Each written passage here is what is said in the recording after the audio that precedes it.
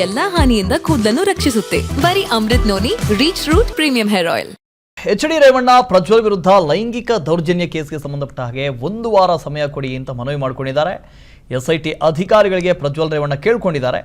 ಸಮಯ ಕೊಡೋದಕ್ಕೆ ಬರಲ್ಲ ಅಂತ ಗೃಹ ಸಚಿವರು ಜಿ ಪರಮೇಶ್ವರ್ ಕೂಡ ಹೇಳಿದ್ದಾರೆ. ವಿಸ್ತಾರ ನ್ಯೂಸ್ಗೆ ಗೃಹ ಸಚಿವರು ಮಾತನಾಡ್ತಾ ಈ ರೀತಿಯಾಗಿ ಹೇಳಿದ್ರು. ಕಾನೂನು ತಜ್ಞರ ಜೊತೆ ಎಸ್ಐಟಿ ಅಧಿಕಾರಿಗಳು ಚರ್ಚೆ ಮಾಡ್ತಾರೆ. ಸಿಎಂ ಸಿದ್ದರಾಮಯ್ಯನವರು ಕೂಡ ಪ್ರಧಾನಿ ಮೋದಿಗೆ ಪತ್ರ ಬರೆದಿದ್ದಾರೆ.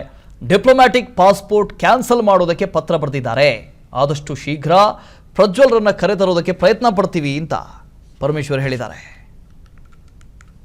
ಅದನ್ನೇ ಈಗ ನಮ್ಮ ಲೀಗಲ್ ಒಪಿನಿಯನ್ ತೊಗೊಂಡು ಮುಂದುವರಿತಾರೆ ಎಸ್ಐಟಿನವರು. ಲೀಗಲ್ ಒಪಿನಿಯನು ಏನು ಬರುತ್ತೆ ಗೊತ್ತಿಲ್ಲಲ್ಲ, whether it is possible to give time or not. ಕೊಡೋಕ್ಕಾಗೋದಿಲ್ಲ ಅಂತಂದರೆ ಯಾವ ರೀತಿ ಮಾಡಬೇಕು ಅದನ್ನು ಕೂಡ ಮಾಡಬೇಕು. ಅದನ್ನೇ ಈಗ ನಮ್ಮ ಲೀಗಲ್ ಒಪಿನಿಯನ್ ತೊಗೊಂಡು ಮುಂದುವರಿತಾರೆ. ಈಗಾಗಲೇ ಎಸ್ಐಟಿ ಅವರು ನೋಟಿಸ್ಗಳು ಕೊಟ್ಟಿದ್ದಾರೆ. ರೇವಣ್ಣವರು ಇವತ್ತು ಅಪೇರ್ ಆಗ್ಬೋದು ಅಂತ ಹೇಳಿ ತಿಳಿಸಿದ್ದಾರೆ. ಅಪೇರ್ ಆಗ್ತೀವಿ ಅಂತ ಹೇಳ್ಕೊಂಡಿದ್ದಾರೆ.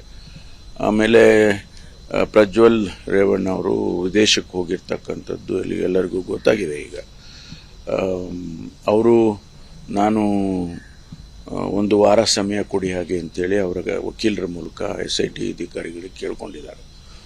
ಅದು ಕೊಡೋದಕ್ಕೆ ಬರೋದಿಲ್ಲ, 41A ಕೊಡೋದಕ್ಕೆ ಬರೋದಿಲ್ಲ.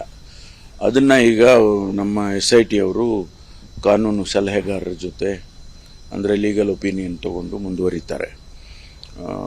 ಈ ಮಧ್ಯೆ ಮಾನ್ಯ ಮುಖ್ಯಮಂತ್ರಿಗಳು ಪ್ರಧಾನಮಂತ್ರಿಗಳಿಗೆ ಪತ್ರ ಬರೆದಿದ್ದಾರೆ. ಈ ರೀತಿ ಘಟನೆ ಆಗಿರ್ತಕ್ಕಂಥದ್ರಿಂದ ಅವರನ್ನು ಆದಷ್ಟು ಬೇಗ ಅವರ ಡಿಪ್ಲೊಮ್ಯಾಟಿಕ್ ಪಾಸ್ಪೋರ್ಟ್ ಏನಿದೆ ಅದನ್ನು ಕ್ಯಾನ್ಸಲ್ ಮಾಡಬೇಕು. ಆಮೇಲೆ ಅವರನ್ನು ಆದಷ್ಟು ಶೀಘ್ರವಾಗಿ ಕರ್ಕೊಂಡು ಬರೋದಕ್ಕೆ ನೀವು ಸಹಕರಿಸಬೇಕು ಅಂತ ಹೇಳಿ ಪತ್ರ ಬರೆದಿದ್ದಾರೆ. ಇದರೆಲ್ಲರ ಬೆಳವಣಿಗೆಯಲ್ಲಿ ಮುಂದೆ ಏನಾಗ್ತದೆ ಅಂತ ಹೇಳಿ ನೋಡಬೇಕು. ನನ್ನ ಜೀವನದಲ್ಲಿ ನಾನು ಮಾತ್ರವಲ್ಲ, ನನ್ನ ಕೂದಲು ಕೂಡ ಆಗಿರ್ಬೇಕು strong and stylish.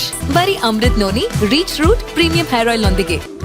Reach root premium hair oil. H D. Revanna Prajwal ವಿರುದ್ಧ ಲೈಂಗಿಕ ದೌರ್ಜನ್ಯ ಕೇಸ್ಗೆ ಸಂಬಂಧಪಟ್ಟ ಹಾಗೆ 1 ವಾರ ಸಮಯ ಕೊಡಿ ಅಂತ ಮನವಿ ಮಾಡಿಕೊಂಡಿದ್ದಾರೆ. ಎಸ್ಐಟಿ ಅಧಿಕಾರಿಗಳಿಗೆ ಪ್ರಜ್ವಲ್ ರೇವಣ್ಣ ಕೇಳ್ಕೊಂಡಿದ್ದಾರೆ. ಸಮಯ ಕೊಡೋದಕ್ಕೆ ಬರಲ್ಲ ಅಂತ ಗೃಹ ಸಚಿವರು ಜಿ ಪರಮೇಶ್ವರ್ ಕೂಡ ಹೇಳಿದ್ದಾರೆ. ವಿಸ್ತಾರ ನ್ಯೂಸ್ಗೆ ಗೃಹ ಸಚಿವರು ಮಾತನಾಡ್ತಾ ಈ ರೀತಿಯಾಗಿ ಹೇಳಿದ್ರು. ಕಾನೂನು ತಜ್ಞರ ಜೊತೆ ಎಸ್ಐಟಿ ಅಧಿಕಾರಿಗಳು ಚರ್ಚೆ ಮಾಡ್ತಾರೆ. ಸಿಎಂ ಸಿದ್ದರಾಮಯ್ಯನವರು ಕೂಡ ಪ್ರಧಾನಿ ಮೋದಿಗೆ ಪತ್ರ ಬರೆದಿದ್ದಾರೆ. ಡಿಪ್ಲೊಮ್ಯಾಟಿಕ್ ಪಾಸ್ಪೋರ್ಟ್ ಕ್ಯಾನ್ಸಲ್ ಮಾಡೋದಕ್ಕೆ ಪತ್ರ ಬರೆದಿದ್ದಾರೆ. ಆದಷ್ಟು ಶೀಘ್ರ ಪ್ರಜ್ವಲ್ರನ್ನ ಕರೆತರೋದಕ್ಕೆ ಪ್ರಯತ್ನ ಪಡ್ತೀವಿ ಅಂತ ಪರಮೇಶ್ವರ್ ಹೇಳಿದ್ದಾರೆ. ಅದನ್ನೇ ಈಗ ನಮ್ಮ ಲೀಗಲ್ ಒಪಿನಿಯನ್ ತೊಗೊಂಡು ಮುಂದುವರಿತಾರೆ ಎಸ್ಐಟಿನವರು. ಲೀಗಲ್ ಒಪಿನಿಯನು ಏನು ಬರುತ್ತೆ ಗೊತ್ತಿಲ್ಲಲ್ಲ, whether it is possible to give time or not. ಕೊಡೋಕ್ಕಾಗೋದಿಲ್ಲ ಅಂತಂದರೆ ಯಾವ ರೀತಿ ಮಾಡಬೇಕು ಅದನ್ನು ಕೂಡ ಮಾಡಬೇಕು. ಅದನ್ನೇ ಈಗ ನಮ್ಮ ಲೀಗಲ್ ಒಪಿನಿಯನ್ ತೊಗೊಂಡು ಮುಂದುವರಿತಾರೆ. ಈಗಾಗಲೇ ಎಸ್ಐಟಿ ಅವರು ನೋಟಿಸ್ಗಳು ಕೊಟ್ಟಿದ್ದಾರೆ. ರೇವಣ್ಣವರು ಇವತ್ತು ಅಪೇರ್ ಆಗ್ಬೋದು ಅಂತ ಹೇಳಿ ತಿಳಿಸಿದ್ದಾರೆ. ಅಪೇರ್ ಆಗ್ತೀವಿ ಅಂತ ಹೇಳ್ಕೊಂಡಿದ್ದಾರೆ. ಆಮೇಲೆ ಪ್ರಜ್ವಲ್ ರೇವಣ್ಣ ಅವರು ವಿದೇಶಕ್ಕೆ ಹೋಗಿರ್ತಕ್ಕಂಥದ್ದು ಎಲ್ಲರಿಗೂ ಗೊತ್ತಾಗಿದೆ. ಈಗ ಅವರು ನಾನು 1 ವಾರ ಸಮಯ ಕೊಡಿ ಹಾಗೆ ಅಂತೇಳಿ ಅವರ ವಕೀಲರ ಮೂಲಕ ಎಸ್ಐಟಿ ಅಧಿಕಾರಿಗಳಿಗೆ ಕೇಳ್ಕೊಂಡಿದ್ದಾರೆ. ಅದು ಕೊಡೋದಕ್ಕೆ ಬರೋದಿಲ್ಲ, 41A ಕೊಡೋದಕ್ಕೆ ಬರೋದಿಲ್ಲ. ಅದನ್ನು ಈಗ ನಮ್ಮ ಎಸ್ಐಟಿ ಅವರು ಕಾನೂನು ಸಲಹೆಗಾರರ ಜೊತೆ ಅಂದರೆ ಲೀಗಲ್ ಒಪಿನಿಯನ್ ತಗೊಂಡು ಮುಂದುವರಿತಾರೆ.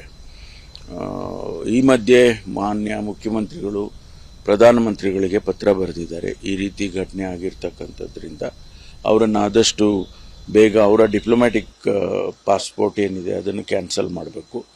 ಆಮೇಲೆ ಅವರನ್ನು ಆದಷ್ಟು ಶೀಘ್ರವಾಗಿ ಕರ್ಕೊಂಡು ಬರೋದಕ್ಕೆ ನೀವು ಸಹಕರಿಸಬೇಕು ಅಂತ ಹೇಳಿ ಪತ್ರ ಬರೆದಿದ್ದಾರೆ. ಇದರೆಲ್ಲರ ಬೆಳವಣಿಗೆಯಲ್ಲಿ ಮುಂದೆ ಏನಾಗ್ತದೆ ಅಂತ ಹೇಳಿ ನೋಡಬೇಕು. ಅನುಕ್ಷಣದ ಸುದ್ದಿಗಳಿಗಾಗಿ ವಿಸ್ತಾರ ನ್ಯೂಸ್ ಯೂಟ್ಯೂಬ್ ಚಾನೆಲ್ ಸಬ್ಸ್ಕ್ರೈಬ್ ಮಾಡಿ.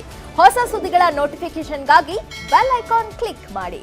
ಲೇಟೆಸ್ಟ್ ಅಪ್ಡೇಟ್ಸ್ಗಾಗಿ www.vistaranews.com ವೆಬ್ಸೈಟ್ಗೆ ವಿಸಿಟ್ ಮಾಡಿ. ಅಂಗೈಯಲ್ಲೇ ಜಗತ್ತಿನ ಸುದ್ದಿ ತಿಳಿಯಲು ವಿಸ್ತಾರ ನ್ಯೂಸ್ ಕನ್ನಡ ಆಪ್ ಡೌನ್ಲೋಡ್ ಮಾಡಿ.